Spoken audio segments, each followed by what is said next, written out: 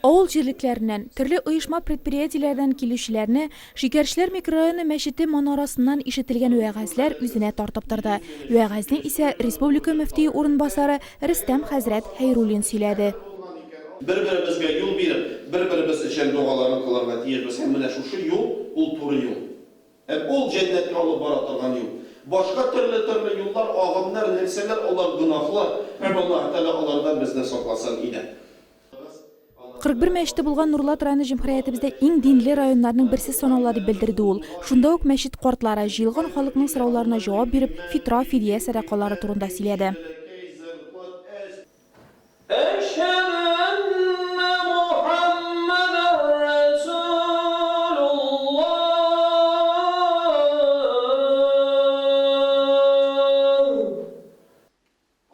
Эш рәкъәт акшам намазы укылгач бар халык ифтар мәҗлесенә юл тотты. Токмачлы кайнараш, итле бәрәңге, татлы бәлеш, камыр ризыклары ураза тотучыларны мул өстәлләр каршы алды. Bizim galabamız indi şu meclisimiz indi. Erdemi bilen indi. Anarga bek zor rahmet indi. İftar meclisleri mübarek olsun indi. Türlü oğullardan gitken şu babaylarını, biz babaylarını şu iftar meclisine avuzlaştırgan için bek zor rahmet indi. Şu Ravil Efraim her yılına nende metro meclisleri ütkere, iftar meclisleri onunla Allah rahmetimizni bildiresim kile inoldan bütün yetekçilerimizge de stelleri bek mol. Үткен елда килгәнем. Район башлыгы үткәргән ифтар мәҗлесе елда күп санлы мин мөселманны берләштерә. Изге айларда бергәләп авыз ачулар, җыелып намаз укулар, вәгазь тыңлаулар, татулык һәм бердәмлек чагылышы.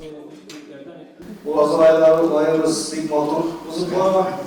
Шәһәрдә районыбызда матур ифтар мәҗлесләребез, җитәкчеләребез уздыралар, халкыбыз уздыра, бик шатландыра. Районымызга, шәһәребезгә тынычлык теләп калам, яңгырашлар теләп калам. Үзегезгә барыгызга да гаилә бәхете, тынычлык безнең районыбызда булсын. Без үзебезнең хезмәтебез белән районыбызны тагын да хөрмәт итеп кенә бергәләшеп нишләй сезне, имамнарыбызны тыңлап, аксакалларны тыңлап, сезгә бергәләшеп булышып, яңгырашлар килсен безгә, районыбызга, республикабызга тынычлык булсын. Рамазан айының соңгы 10 көнлеге бара. Алда Кадир кичәсе ураза гаете. Татарстан Республикасы Президенты Рөстәм Миңнеханов гает 5 июльдә булачак дигән карарга кул куйган. Гает намазы исә сәгать 7дә укылачак.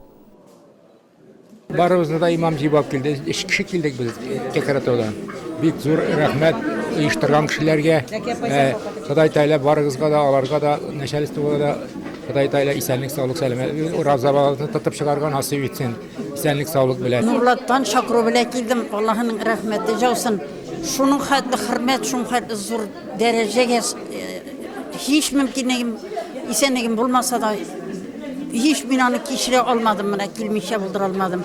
Allah'ın rahmeti olsun, zor hürmet, zor derecelerge, bizim yaşlarga жеткәчтә шундай җитәкчеләребез дә, барлык ризык пешерүчеләр, хәстәрләүчеләргә дә Аллаһның рәхмәтендә булсыннар. Алар да шундай дәрәҗәләргә ирешсеннәр, илаһи Рабби. Бигрәк тә илкин тыныч булсын, сугыш афәтләре булмасын. Балаларыгызны үстереп, җан тынычлыгы белән шөкранә кылып яшәргә насыйп итсен.